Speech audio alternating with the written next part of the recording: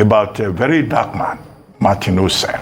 I appreciate his, enthusiasm, almost like Portable, getting overexcited over many things. Some of these people who have space on social media, they get over-enthusiastic. And they abuse the platform. I'm warning you, 1 week. Otherwise, I will create serious problems for NIDCOM. Look, that's beyond the pale of decorum. He has no right to threaten a state official. Dr. Reuben Abati, is the fact that you think that you have the moral ground to talk about very dark man to the point where you want to water down my efforts in order to create awareness surrounding the trafficking issue by comparing me with Portable? You think you have the moral ground? You think you thought you have forgotten? Is this not you in EFCC cells? See your belly, see how you did. You and Fanika Yode and co. See now, why did they take you to EFCC? You once had an opportunity to turn things around in the country. What did you do? Let's read what you did. Why we arrested Reuben Abati, EFCC. Let's go to why you were arrested. The Economic and Financial Crime Commission, EFCC, has given reason for the arrest of the former presidential spokesman, Reuben Abati, on Monday. The commission said in a post on its official Facebook that it invited Abati to its headquarters in Abuja to explain his role in an alleged mismanagement of the nation's funds during former Goodluck Ebele Jonathan's administration. The EFCC, your name go. No matter how you try to water down me, you can never tag me. EFCC can never on earth pick me for fraud. Pick me for fraud. Even the Portable way they try to pay me with, they can never pick Portable for fraud. Say carry government money where they're supposed to better people life. You carry on. From nowhere, you don't feel say, okay, yes, 2016 have passed, you did like this, now you sit down for this thing, be a tribal bigot. This is not the first time you are doing this thing for Abike Dabiri. You did it in 2022. So that's why I'm responding to you. Went here to try to defend that nonsense Abike Dabiri that does not respect Nigerians and does not respect the life of people. Just they there to do a camouflage work.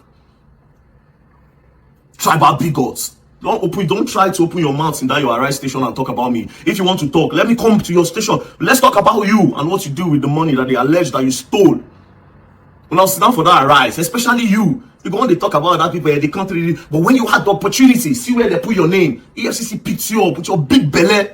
They picked you up. See how you did there, black like Dudu Osun. You be like under pot. Be like under the bed. Very pretty face.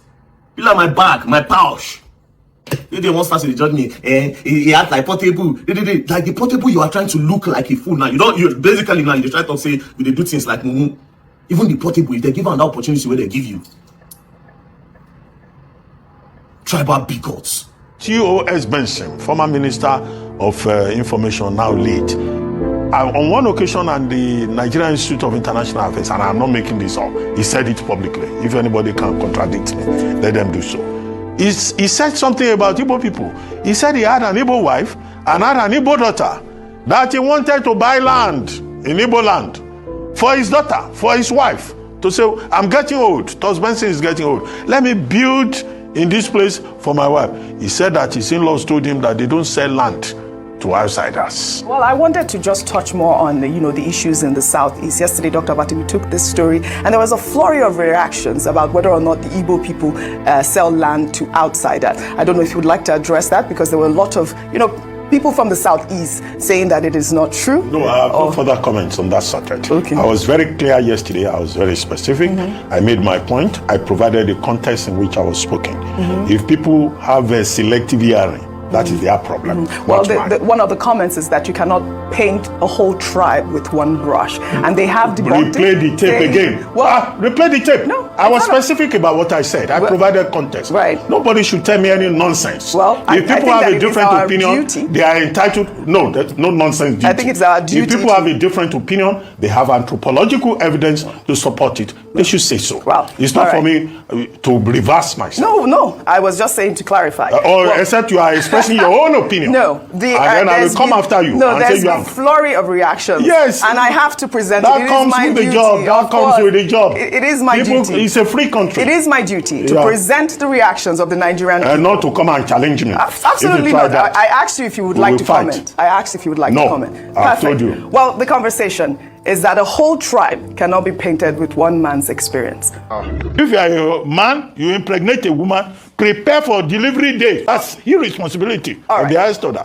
Highest responsibility.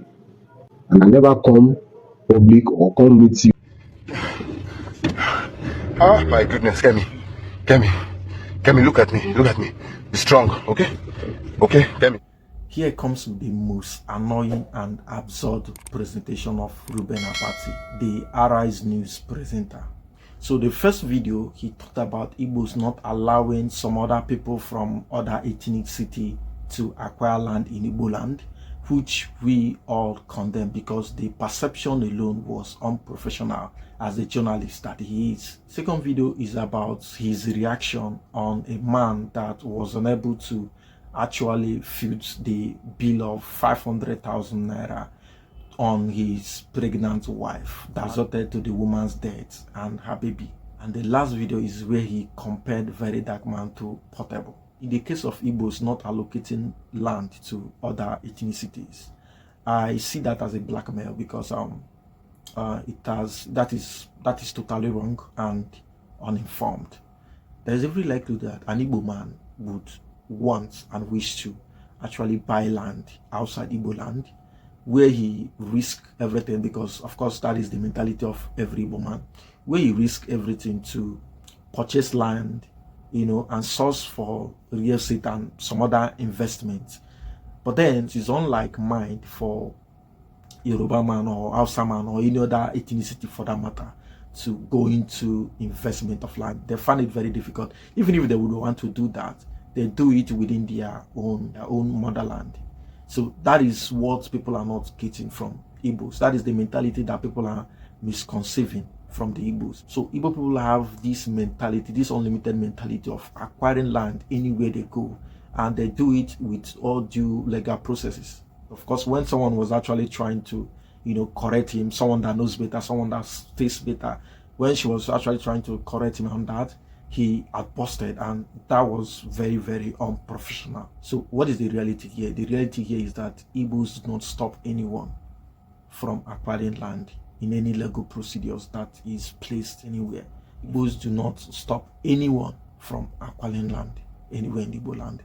So the next video is where he talked about the man that was unable to pay up the hospital bill of, should I say hospital bill or pre-hospital bill of the wife in the course of her deliverance, and unfortunately the woman died on the process, where he said that the man was irresponsible.